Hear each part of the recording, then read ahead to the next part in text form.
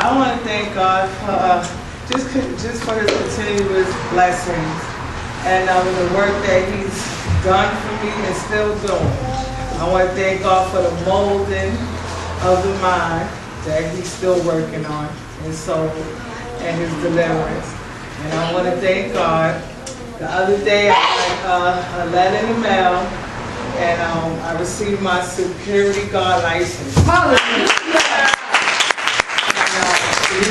Having a license is important because they don't really accept age 16 no more. They want you to be registered with the inside. And I want to thank God for that. And I want to thank God for my daughter's, she went to her senior trip. She had a blast. She'll be here sometime today. And she got her ID in the mail as well. Thank God for just continuing blessing me and for His love and His mercy and His understanding and the friend in me and the comforter in me.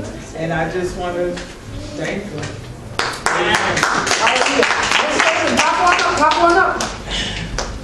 Good morning, church. Hallelujah. I just want to thank God for life, first and foremost, for the church family.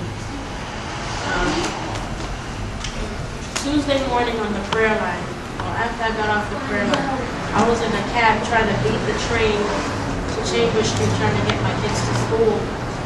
But after I got off the prayer line, I felt the baby's grandmother heavy in my spirit. And I felt the urgency to go to New Jersey. So I left and I went to New Jersey.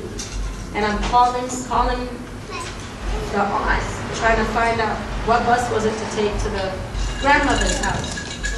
And she said to me, when she didn't call back, she said, oh, nobody's home because they're on their way to the hospital to meet me. Wow. And I said, huh? She said, yes, I'm in the hospital. So all the time that I felt that something was wrong with the grandmother, it was actually the aunt. Came to find out she had to get a stent in her heart. She got it earlier in the morning before I got there, and she had to get another one on Wednesday morning. But she's home now and she's fine, and I just thank God for that. I thank God for the church praying for her. I thank God for me being able to touch base with Apostle to let her know as well. I also bumped into her father, who I had a lot of issues with before leaving New York. And, oh God, being able to just stay calm. I wasn't agitated. I wasn't condemning him for what he did.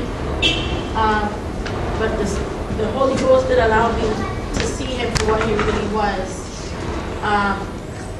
And even seeing his deliverance as well, and telling him he needed to come to church, and telling him that he needed to go back to rehab and get his life in order. And I just saw him coming to the church and getting his deliverance. I was sitting right where Sister Shanta is and watching him receiving and apologizing, and me apologizing for some things as well. And I just thank God. I just thank God. I just thank God.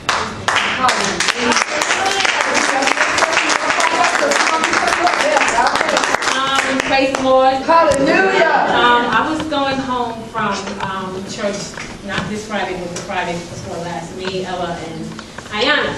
And I was telling Ella, oh gosh, Ella, I was looking for a Bible and I need a Bible, another Bible, because mine is so small. You know, and I said, I've been looking all day today, but I didn't find one, so I'll go and get one, Saturday. Luckily, we get on the train, and there's these books and chairs. So Ella gets on, she's like, those books over there. I was like, yeah, they are. She said, but that one over there is the Bible. Wow. And I'm like, what?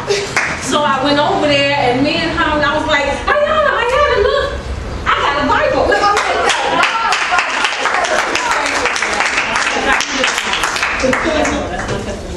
Wow. Hallelujah. Hallelujah. Praise the Lord, everybody. Hallelujah. My name is Amira Banks, and me and Apostle go way back. Sitting here, she said testimony, and I'm sitting here thinking, I was in a dark place years ago. She remembered this. She also remembered when I started seeing a light, because God uses different tactics to come at you and make you see the light. I was Muslim at one point. Now the whole time in Islam, which is what actually started bringing me to the light of Jesus. Hallelujah. I kept being told, you still sound like a Christian. You still sound like a Christian. But I'm still worshiping God. Whatever name y'all want to use, I know it's one God. Runs into this one, and here go the testimony. She kept saying, you have a message. You can minister. I'm looking like, no, I'm not. I'm good. I don't want to hear that. That's her speaking into the atmosphere, what needs to be there. Lo and behold, I'm still fighting it because I heard it from her and a few other people. And all people of God. But I keep saying, this is not me, this is not me. 10 years later, I find out after I look back on my life, I've ministered to many.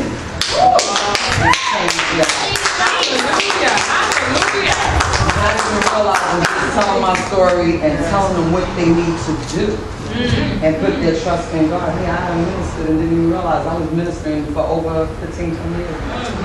Hallelujah. That's my testimony, and thank you. You know, when you just have a testimony, you don't have to turn around, so it's the beginning of the thing. When you have a testimony, someone can go back and really testify about your days running. My days on crack. My days running.